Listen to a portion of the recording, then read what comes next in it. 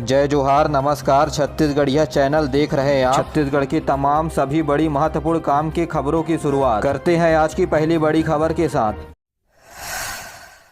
भारत निर्वाचन आयोग ने 5 राज्य छत्तीसगढ़, तेलंगाना, मध्य प्रदेश, राजस्थान और मिजोरम समेत 5 राज्यों में विधानसभा चुनाव करने का ऐलान किया है। घोषणा के साथ ही इन राज्यों में आदर्श आचार संहिता भी लागू हो गई है। छत्तीसगढ़ में पहले चरण का मतदान 7 नवंबर को और दूसरे चरण का मतदान 17 नवंबर को होगा। मतगणना के बाद नतीजे 3 दिसंबर को घोषित किए जाएंगे। चुनाव आयोग के अनुसार 7 नवंबर को होने वाले मतदान में 13 अक्टूबर को अधिसूचना जारी की जाएगी और इसी दिन से नामांकन पत्र भरने की भी प्रक्रिया शुरू हो जाएगी, जो 20 अक्टूबर तक चलेगी। 21 अक्टूबर को नामांकन पत्रों की जांच की जाएगी और 23 अक्टूबर तक प्रत्याशी अपना नाम वापस ले सकेंगे। वहीं 17 नवंबर को होने वाले दूसरे चरण के मतदान के लिए 21 अक्टूबर को अधिसूचना जारी होगी। वहीं 30 अक्टूबर को नामांकन पत्र दाखिल करने का अंतिम दिन है। गौरतलब है कि छत्तीसगढ़ में 90 विधानसभा सीट है। इसमें से पहले चरण में 20 सीटों पर मतदान होगा, जहाँ बस्तर की 12 सीटें अंतागढ़, भानु प्रतापपुर, कांकेर, केशकाल, कोंडागांव, नारायणपुर, बस्तर, जगदलपुर, चित्रकूट,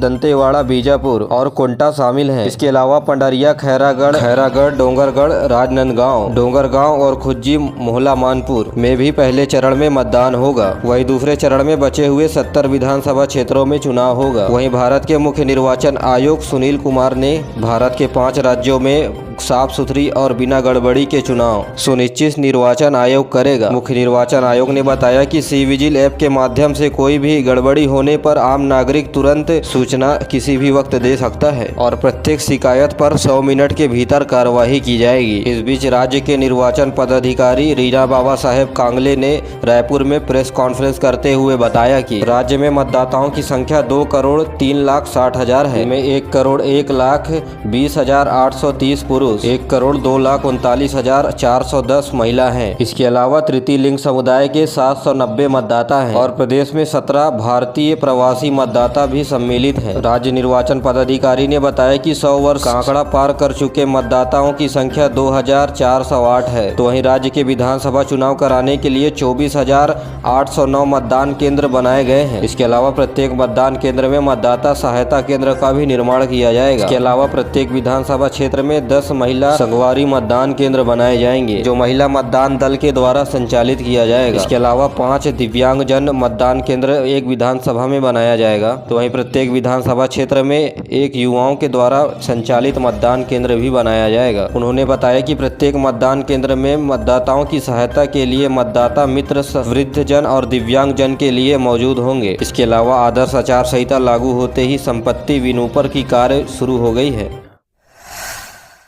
भारतीय जनता पार्टी ने आगामी विधानसभा चुनाव के लिए अपने प्रत्याशियों की दूसरी सूची जारी कर दी है। 64 प्रत्याशियों की सूची में 3 सांसद के नाम शामिल हैं। इनमें सोनहत भरतपुर सीट से केंद्रीय राज्य मंत्री रेणुका सिंह, लोरमी से सांसद प्रदेश अध्यक्ष अरुण साव को टिकट दिया गया है। तो वहीं पत्थल गाँव से सांसद गोमती साय को उम्मीदवार घोषित किया गया है। वहीं पूर्व मुख्यमंत्री डॉक्टर रमन सिंह को राजनांदगांव, नेता प्रतिपक्ष नारायण चंदेल को जांजगीर चांपा, पद्मश्री अनुज शर्मा को धरसीवा, रायपुर दक्षिण से बृजमोहन अग्रवाल, रायपुर पश्चिम से राजेश मूरत, रायपुर ग्रामीण से मोतीलाल और रायपुर उत्तर से पुरंदर मिश्रा को टिकट दिया गया है। वहीं ओपी चौधरी को रायगढ़ विधानसभा क्षेत्र का उम्मीदवार बनाया गया है। वहीं भारतीय जनता पार्टी के द्वारा घोषित 85 सीटों पर 30 आदिवासियों को टिकट दिया गया है। इसके अलावा 14 महिलाओं को भी टिकट दिया गया है। वहीं 50 साल से कम उम्र वाले 34 विधायक है। वहीं भारतीय जनता पार्टी के द्वारा 77 साल के नलकी राम कंवर को भी रामपुर से टिकट दिया गया है। इसके अलावा साजा से ईश्वर साहू को भी टिकट मिला है। वहीं बीजेपी ने 43 नए चेहरे को अब तक टिकट दी है। गौरतलब है कि भाजपा 21 प्रत्याशियों की सूची पहले ही जारी कर चुकी है। इसी मिलाकर अब 90 विधानसभा क्षेत्रों में से 85 विधानसभा क्षेत्रों में अपने उम्मीदवारों की सूची जारी कर दी है। वहीं 5 विधानसभा सीटें पंडरिया, बेमेतरा, अंबिकापुर, बेलतरा, कसडोल, इन सीटों में भाजपा प्रत्याशियों के नाम की घोषणा होना अभी बाकी है।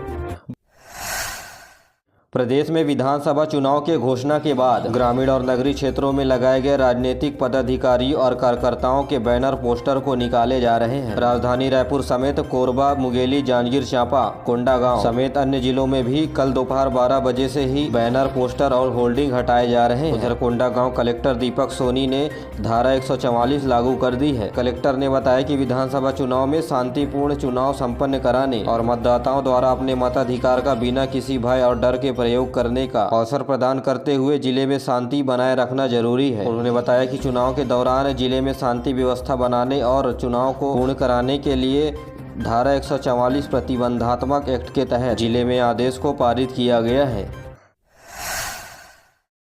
छत्तीसगढ़ में स्कूल कॉलेजों को मिलेगी 64 दिनों की छुट्टी। जी हां, लोक शिक्षण संचालनालय छत्तीसगढ़ ने दशहरा, दीपावली, शीतकालीन अवकाश एवं ग्रीष्मकालीन अवकाश के लिए 64 दिनों की छुट्टी का प्रस्ताव स्कूल शिक्षा विभाग को भेजा है। यह छुट्टी 16 जून 2023 से लेकर 30 अप्रैल 2024 तक दिया जा सकता है। आपको बता दें कि दशहरा का अवकाश 23 अक्टूबर से 28 अक्टूबर के बीच कुल 6 दिनों का रहेगा। तो वहीं दीपावली का अवकाश 11 नवंबर से 16 नवंबर के बीच रहेगा। इसके अलावा शीतकालीन अवकाश 25 दिसंबर से 30 दिसंबर के बीच होगा। इसके अलावा अगले साल ग्रीष्मकालीन अवकाश 1 मई से शुरू होकर 15 जून तक चलेगा। कुल 46 दिन का ग्रीष्मकालीन अवकाश रहेगा। अगर हम इन सभी तारीखों को जोड़ें तो प्रदेश में 64 दिन तक छुट्टी रहेगी।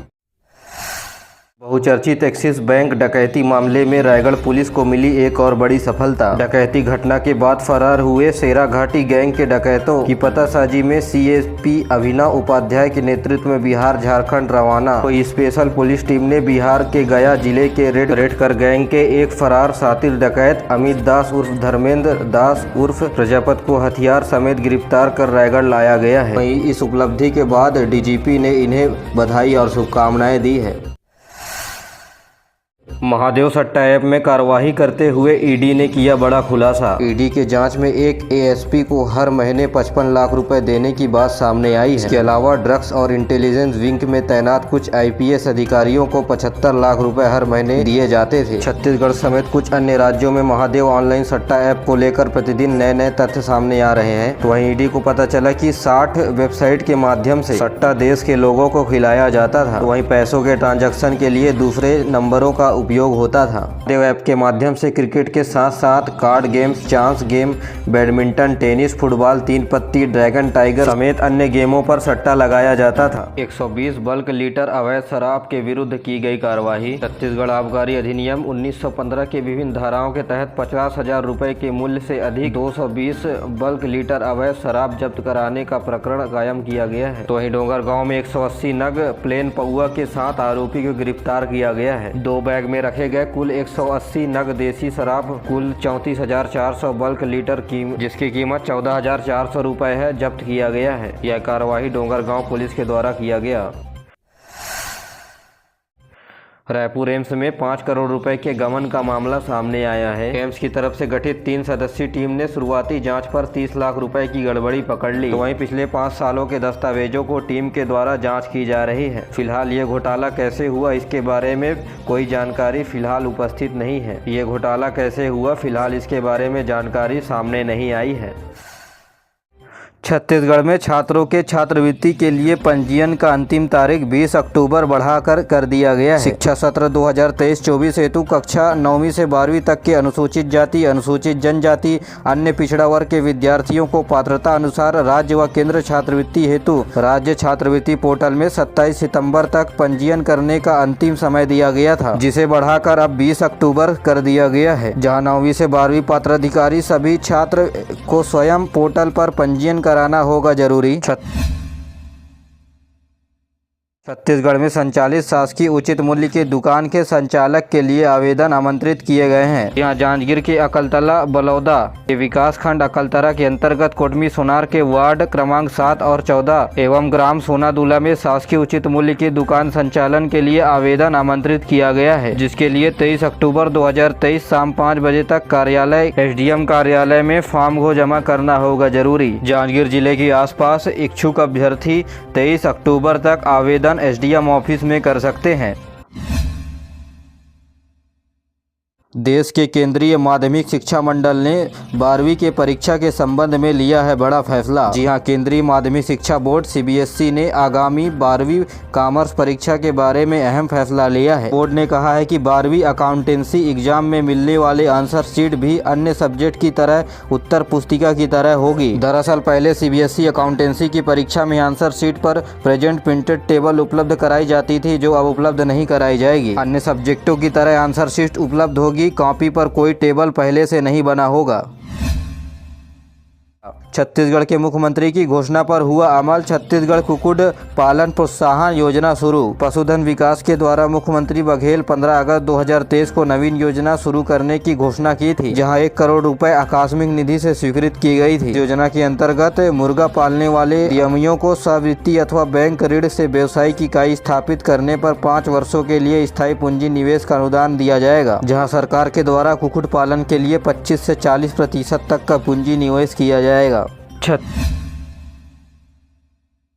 छत्तीसगढ़ में बिहान कार्यरत सक्रिय महिला resource book keeper, PRP, bank सखी, कृषि सखी, पशु सखी, उद्योग सखी के मानदेय में 27% की वृद्धि की गई है। राज्य ग्रामीण आजीविका मिशन में सभी जिला पंचायतों के मुख्य कार्यपालन अधिकारी, नवगठित जिलों के जिला विकास अभिकरण परियोजना निदेशक को परिपत्र जारी कर इस सामुदायिक कैडर में मानदेय वृद्धि करने का निर्देश दिया है। यानी 1 अक्टूबर से इन सखियों को बढ़े हुए वेतनमान के तहत इन्हें सरकार के द्वारा लाभ भी प्रदान किया जाएगा।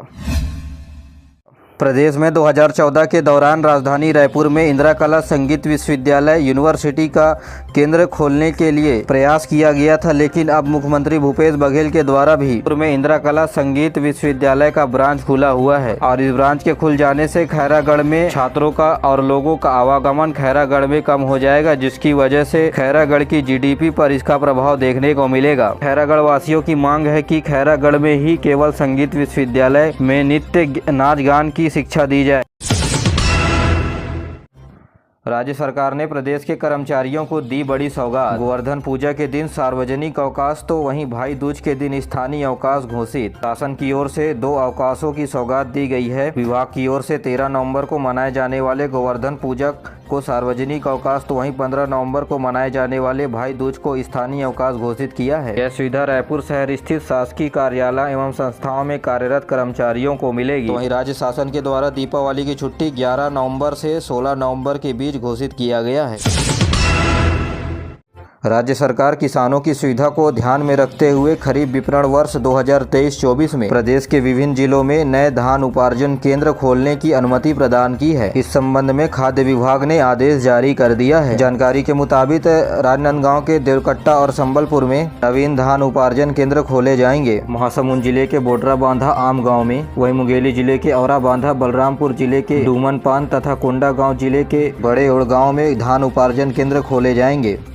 कोंडागांव के ग्राम नवा गांव में, तो वहीं कांकेर के बड़ापाल और कोयली बेरा में खोला जाएगा। तो वहीं रायगढ़ के बटरा कछार में तथा सरगुजा के बोंदा मंगारी और सीतापुर बेलजोरा में नवीन धान उपार्जन केंद्र खोले जाएंगे। इन्हें मिलाकर प्रदेश में कुल 25 नए धान उपार्जन केंद्र खोले जाएंगे। आपको बता दें कि प्रदेश में 1 नवम्बर से 31 जनवरी तक धान खरीदे जाएंगे। इसके लिए अंतिम पंजीयन की प्रक्रिया 7 अक्टूबर तक होगी। किसानों द्वारा धान बेचने के बाद बैंक लिंकिंग के माध्यम से खाते में किसानों के पैसे पहुंच जाएगा।